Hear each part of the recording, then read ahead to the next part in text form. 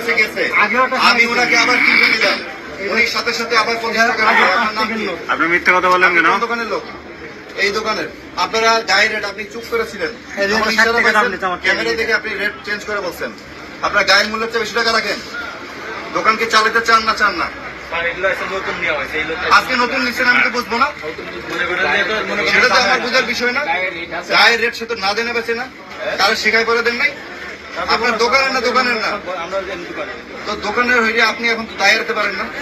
সেই হাতের টাকাগুলো কার? ওনার ব্যক্তিগত না দোকানের টাকা? তো 5 টাকা করে বেশি বেচতেছে ওনার কি গাড়ি কয়টা মাথা? মালিকের অনুমতি ছাড়া কি করতেছে? মালিক অনুমতি ছাড়া কি করতেছে? এই আপনি বাইরে বাইরে সে কি একা চাইলেই কোনো কিছু দাম চাইলে 15 টাকা বেচতে পারবে? তাহলে বছর 5 টাকা কম করে বেচে পারবে মালিকের অনুমতি ছাড়া? তাহলে মালিকের অনুমতি নিয়ে 5 টাকা বেশি বেচতেছে।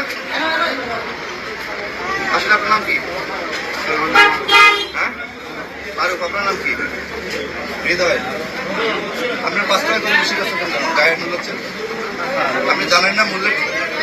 সেটা আপনার অনুমতি ছাড়া 5 টাকা বেচতেছে না, যে চুপ করে 5 টাকা বেশি বেচ। 2 বার উনি কিনে নিয়ে ধরা খাওয়ার পরে আমার কাছে অভিযোগ দিচ্ছে। আমি ওনাকে নিয়ে আসছি, কেমনে নিয়ে আসছি? উনি সামনে বিক্রি করছে, আমি পেছনে দাঁড়ানো। সে তো স্বীকার করতেছে আপনার অনুমতি ছাড়া বিক্রি করছে। দোকান চালাবেন না বাতিল করে বন্ধ করে দিব? আমি বাতিল করে ইজারা বাতিলের ব্যবস্থা নিচ্ছি, ঠিক আছে? দোকান চালানো লাগবে না। আপনারা গায়ের মূল্যের চেয়ে বেশি বিক্রি করা যায় না, জানেন এটা আপনি? অবশ্যই জানেন। তো এইখানে বসে কেন বিক্রি করলেন? সাহস দেখিলেন কেন? এখন জেল দিই আপনাদের, আর দোকানটা বন্ধ করে দিই, ভালো হবে?